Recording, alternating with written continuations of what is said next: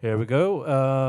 We are Clusterduck, us three, or at least we are part of Clusterduck. There's two other people in the public and more people around across Europe and worldwide. And we are a collective, and as Bani already graciously pointed out, we are responsible for the design of the festival as well. And as a collective, we exist since 2 years. We were founded 2 years ago, and in this time, we mainly researched online subcultures, digital subcultures in different contexts. And pretty fast, our attention was grabbed by memes. So basically, we spent the last year watching lots of memes, as you will see, over the next 20-25 minutes. And so I would hand over to Arianna and Silvia to start with the presentation. And thank you very much for being here, and thank you to Bani and Eva and Franco for inviting us. So how come we got interested in memes? We started to investigate memes through our interest in internet clusters and subcultures, and especially with our participation to the Wrong Digital Art Biennale and our pavilion and embassy named Internet Fame. Among the ones that we encountered, the meme subcultures was at the moment the most interesting to us because of our research path focused on pattern recognition and semiotics. So the practice of remixing and the multimedia attitude characterizing the memes community were the fil rouge that connected the techno Viking you can see up there and the other early mid-2000s memes to Pepe the Frog and the mainstream memes that were protagonists of the 2016's war of memes. We are aware that there are many definitions of memes, many different points of view on the aspects, even inside the meme creators community itself. So we'll just try to reflect our perspective as a collective toward a very fragmented and complicated matter. Okay, so let's talk about memes. Memes are many things. The memes we all know are usually simple images that make us lol, like this very classic conspiracy kinu from 2008 that you maybe know. You know it? Yeah? Raise your hand, please. Okay. Memes are made by anonymous user, like this distracted boyfriend one from the so-called Dunk era. Memes can be remixed in many ways. Also, the format here can be remixed. This is the same version of the distracted boyfriend, but with the matrix footage. Memes can be used in real life, like this other version of distracted boyfriends, and memes usually are relatable, so they express feels that many people can feel. Memes can be meta, like this format used in a meta way. Memes can also be used for marketing. This is a Gucci actually commercial. Memes can also be used for counter-advertising, like this IKEA. This is actually an authorial meme made by David III. Memes can also carry on wars between different ideological parties, and as you maybe know. And as we learned so far, memes can also help presidents to be elected. What we are going to say today is that memes are usually performative objects. So objects that can actually be used because of a reason, because of a goal, okay? So let's see a very famous examples of how memes as performative objects usually are very difficult to interpret if seen from an outsider perspective, okay? This is a very famous examples of mainstream media trying to understand memes. So what's happening was that right after Trump was elected, the official narrative about the green meme war was this. A group of trolls from 4chan, very famous image board, created a state called Kakistan to support their fascist ideologies through memes. Trumps, thanks to Breitbart's suggestion, did not lose the opportunity to get publicity for his campaign by using their symbols, while Hillary declared Pepe the Frog an hate symbol and tried to ban the symbol from the internet, comparing Pepe to a swastika. This was actually a not great move, so Trump's at the end won the election, also thanks to the magic influence of Pepe the Frog. This narrative is very linear, but it's completely inaccurate, actually, okay? So, because it doesn't take into account that Christopher Paul, this guy, the founder of 4chan, realized about the presence of the alt-right way before many, and banned them so that they had to move to 8chan, another image board that now is closed.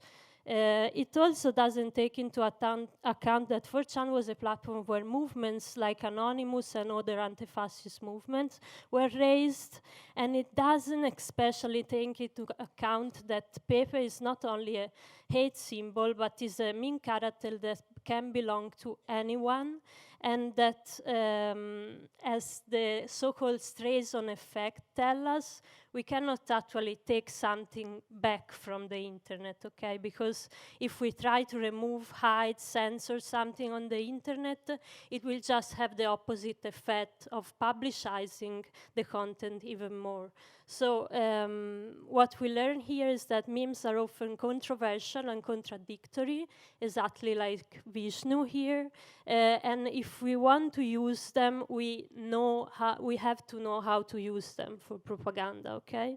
So in the history of internet subcultures, phenomena such as raid, spamming, collective shitposting, mass reposting evolve hand in hand and collaborate with memes. And this is why, for us, memes are also performative objects.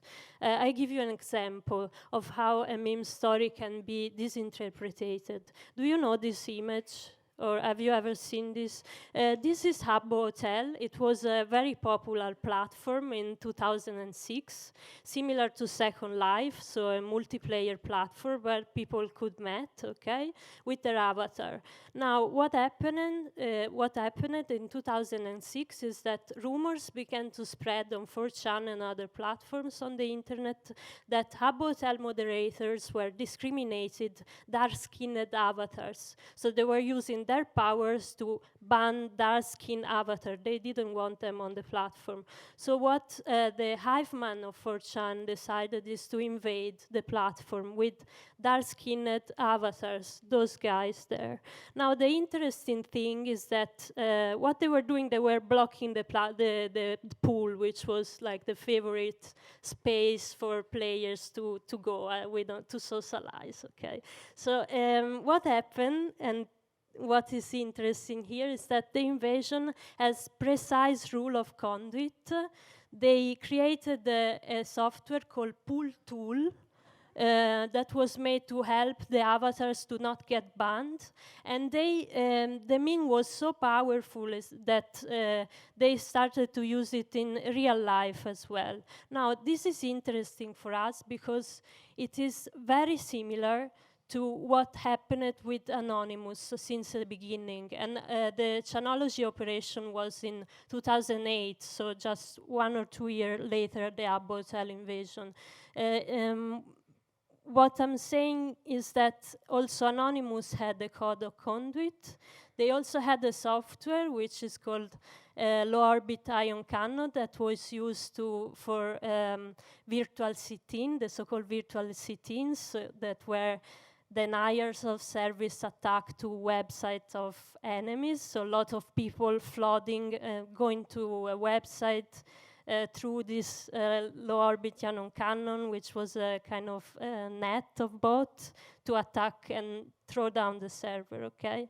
And this is similar. And what's also similar is that from the beginning, Anonymous was using this mask which is the gay folk mask, which was a meme actually born on 4chan named Epic Fail Guy, and they decided to bring the meme in real life, okay? So retrospectively, we could say that the Habbo Hotel invasion was actually related to the Born of Anonymous movement, and then people behind the Habbo Hotel invasion was then Anonymous, okay? But there's a problem here, is that the lore, the legends of the internet also say that the operation was actually launched by the Gay Nigga Association of America, which was an internet trolling group operating in the same times. One of the founders the founder and president of the group was this guy, Weave. Weave is the most disturbing person ever existed on the internet. And what this Weave here, what he was doing is that, he was arrested and he was for 1 year in prison because he had exposed a flaw in AT&T security. He came out of jail and he decided to tattoo a huge swastika on his chest, and he escaped in Russia, became a white supremacist and started to support Trump. Okay, so in the end, what happened after Trump election is that this meme was circulating a lot, and the meme was relating the actual prank of Habbo Hotel to the Trump election, saying, okay, we were there, we were Habbo, we were there for all that time. And this is actually a kind of revisitation, of the meme history. But you can actually do it because the Habbo Hotel people were anonymous, so you can actually kind of use this thing. So another interesting thing happening with the rights that inspired in a way the poster is an invasion started on the weird Facebook, which was called Storm Area 51, They Can't Stop Us All. So the plan of this operation, which was, a Facebook event, was to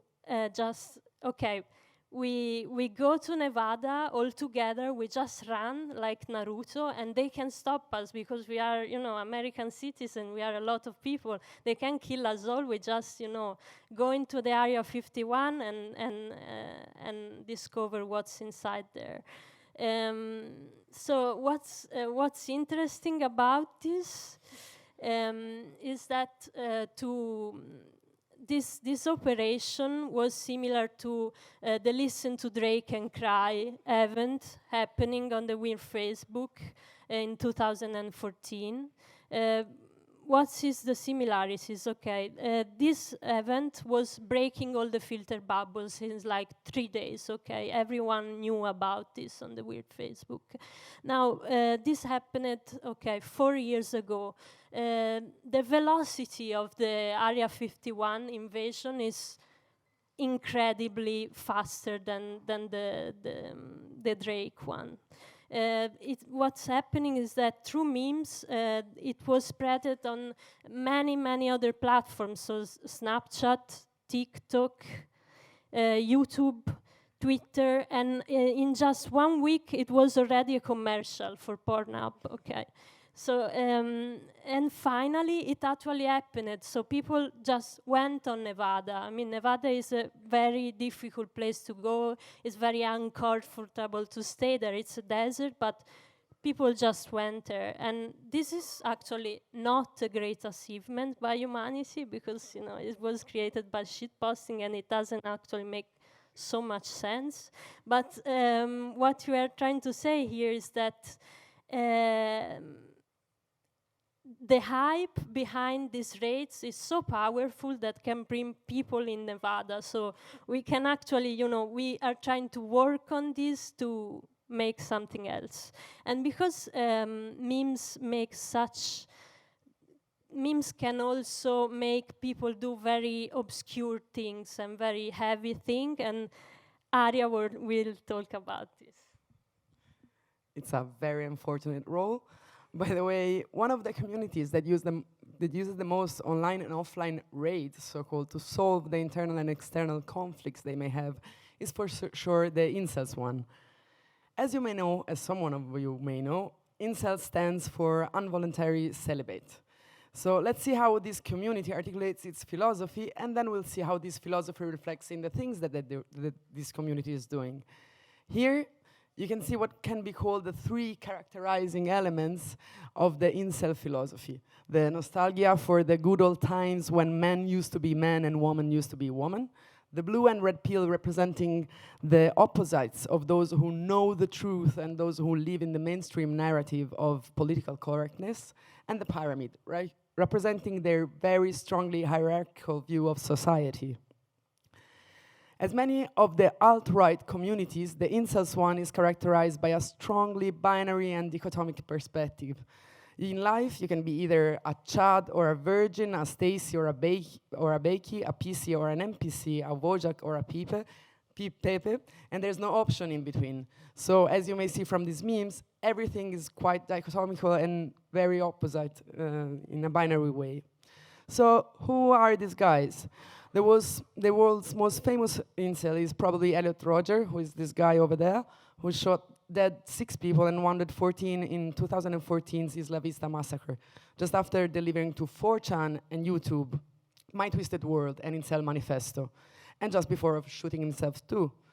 He, among other attackers we'll see later, is seen by the incel community as a hero, or a Chad, as they used to identify the strong males that the incels aim to reach a status, appearance, and way of life.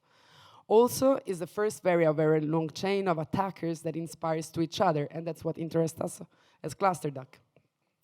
So up high you can see Nicholas Cruz, who killed 17 people and jarred other 17 in a shooting at Stoneman Douglas High School in Parkland, Florida, before being arrested, who explicitly quoted Elliot Rodger as someone who will not be forgotten. While on April 23rd in 2018, a van driver suspected to be Alec Minisian killed other 10 people and jarred 14 others in a vehicle ram attack in Toronto, Ontario. Also for him, the quotation was, the incel rebellion has already begun, and uploaded Elliot Rodger in his text, published on Facebook. To go further, in January 2019, Christopher Cleary was arrested for posting on Facebook that he was planning on shooting up a public place soon and being the next mass shooter. So, and killing as many girls as I can see, which placed him among the incel for the media. So why am I telling you all this? Why is this important? Because it shows how imitation and remixing are fundamental also in the real life raids, and how these communities tend to replicate themselves in a remix mechanism. So we saw the IRL and offline attacks, and one of the most characterizing URL forms of raid the incel community has adopted is the so-called thought patrol, of which we saw a quite exemplary representation with what occurred to that girl over there who is called online Belle Delphine. Belle Delphine, for the one who doesn't know, is an influencer of sorts, a living meme, an internet celebrity. Her thing, what made her known through the internet, is the aego face, the expression you see here, which is taken from Japanese manga and anime culture. And while thought stands in Thought Patrol, stands for that hoe over there, so a very misogynistic and sexist way of defining female. In March 2019, Belle Delphine realizes a nice trolling operation by saying that she will publish on Pornhub a porn video of herself if she reached 1 million followers on Instagram. And then she actually does publish a video on Pornhub, but it doesn't show her doing anything. It doesn't have any porn characteristics. So this brings to a thought patrol on her, and brings many incels and YouTuber to post video like, I spent $2,500 on Belle Delphine Patreon, and to create a shitstorm on her channels that brought down both her Instagram and her Patreon. There's no need to say that for influence, this is a very violent attack.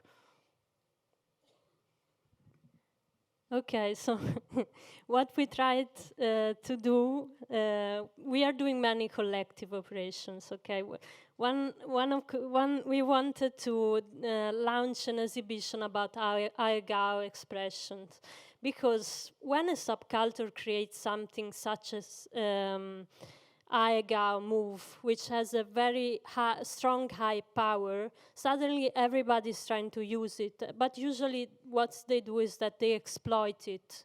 So the marketing start to use it, or or it becomes a target for trolls. So we did something different. We wanted to actually show that the collective power of raids can be made not just for trolling or patrolling thoughts, but also to launch message of empathy. Okay, and let's the community can, I mean, kind of relate with this symbol and use it in a totally, as you see this image here, in a completely different way since the start. So this is what we tried to do. Now, as Jeremy was saying, the stories that we were telling you has something in common, which is the military language that they use. So thought patrol, raids, invasion. Okay, it's all about war, and it's all about war related to games, to video games. For example, this is a representation of Elliot Rodger, one of the mass shooters that Ari was talking about, represented as a GTA hero, because he was using a car during his massacre. Gamification is very cool, okay? So what's happening in places like Encyclopedia Dramatica or many other image boards and chat is that this mass murdering is very much related with names and scoring, like game scoring, and this kind of raise the hype, okay? And it doesn't not only raise the hype about, this wanting to kill people, especially women or people of color, but it also has to do with that you take it like in a kind of light way, and you don't understand actually if the hype is created by 14 years old kids that are just playing, or if sometimes there is someone behind it, which usually is an organization that use ideological aims to support this thesis. Anyway, Noel will tell you about this food. Yeah. So we have an example from a few weeks ago of something that happened in this place. Maybe some of you recognize it. This is Reddit, of course, and this is a so-called subreddit called Me in Real Life, Me IRL. And Reddit is kind of similar to 4chan, so it's a very popular place for meme culture and often is represented as a place that is very important for meme ecology, so to say. So this is a place where memes are created, so these internet trends are kind of created or remixed or kind of reinterpreted. And so a few weeks ago, people in America would wake up and would see images like this, for example, or this, for example, or this. So what was happening was actually a classic raid by a group that was calling themselves the Latin Gang. And why would they do that? Basically, the reason, simplifying to the extreme, one could say that Reddit, like most of the internet, is of course dominated by English as the semi-official language, and this is also something that dominates a lot the meme culture. English is the language that everybody speaks, and of course this sometimes causes certain frustration among other groups that are not English native speakers. And so something that happened a few weeks before the Latin invasion was actually that the Dutch and the Germans had tried to invade me in real life as well. And this was also mocked during the Latin invasion with different memes. But yeah, but what was basically happening was that people were mocking Americans mostly and making fun of Americans. So it was this feeling that this platform that was used by many other users that were not American or not English speaking, they wanted, I think, to feel that it belonged to them in a way as well, and to point to the American users that it was not just a purely American community. And so, of course, mocking the Americans was one of the main pastimes during the invasion. There were also the Americans trying to joke back at this or taking with self-irony. And then you would have also jokes about, like inside jokes, kind of about the different Latin language-speaking communities. So, for example, about Portuguese or Argentinian. And yeah, it seems all quite innocent to this point. No, you have different kinds of memes, you have different kinds of formats, you have label memes, you have surreal memes, and it all seems quite innocent. But what you notice after a while, when you look closer, I mean, this is still also quite innocent, one could say. But then if you look closer, you see certain patterns emerging. No, you see certain things that kind of get you, I don't know, suspicious. At least for me, I grew up in Italy, and I think also for people who grew up in Spain, like seeing this symbol, that's the group that was behind the invasion, it's at least a little bit suspect. There is certain fascist iconography in it, I would say. And but still, it could stay in this field of ambiguity. You know, maybe they're just joking, maybe they're just trying to troll people into overreacting, and that's what trolls do. No, they want you to overreact so that they can point the finger and say you are not getting the joke. But generally speaking, there was always this nationalistic undertone, and there was lots of patriotism, and also lots of Spanish flags, actually. And that's where it starts to get weird. So you see lots of Spanish flags also in the Franquista version, and this is where it starts to, but here we are still in the field of ambiguity. And you know, you could still say, okay, it's a heavy joke, but it's still a joke, you shouldn't overreact. But then finally you see stuff like this, and then, I mean, this is quite clear. I think this is can't be seen just as an innocent joke. It is a clearly fascist apology, and is done with very clear ideology and intentions in mind.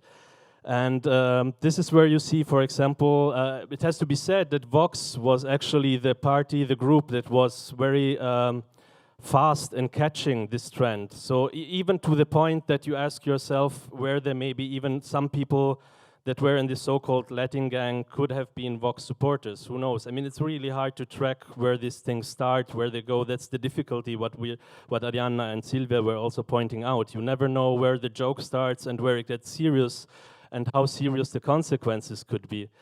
But what you see is somehow that this, I think Vox is consciously referring to practices of the alt-right in America, for example, and they have seen what happened with Trump, and they kind of want to catch on this hype and on this success, and they try to use memes for political purposes. And what we also know, so I must say we didn't have time to dive very deep into, like, let's say, the Spanish-speaking meme sphere. And it's also, I think, very difficult to grasp all the nuances of, because memes are inside jokes, so there are lots of references, there are lots of levels of irony that are difficult to decipher if you don't know exactly the history and the references behind them. But what we noticed is that I think nationalism, the conflict between centralism and local nationalism, is the main issue in Spain. And this was reflected, for example, in the fact that we found lots of memes about the conflict with central authorities in Madrid and between local authorities in Catalonia, of course. And of course, you find Pepe as well. So as we said before, Pepe can be used by anyone, can be appropriated by anyone.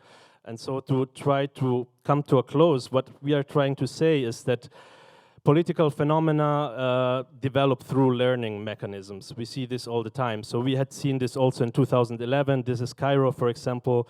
Then Occupy, then you had the 15M, and through the years you go through the Ukraine, arriving up to this day to Hong Kong, and finally Barcelona. These are pictures from a few days ago that you probably recognize.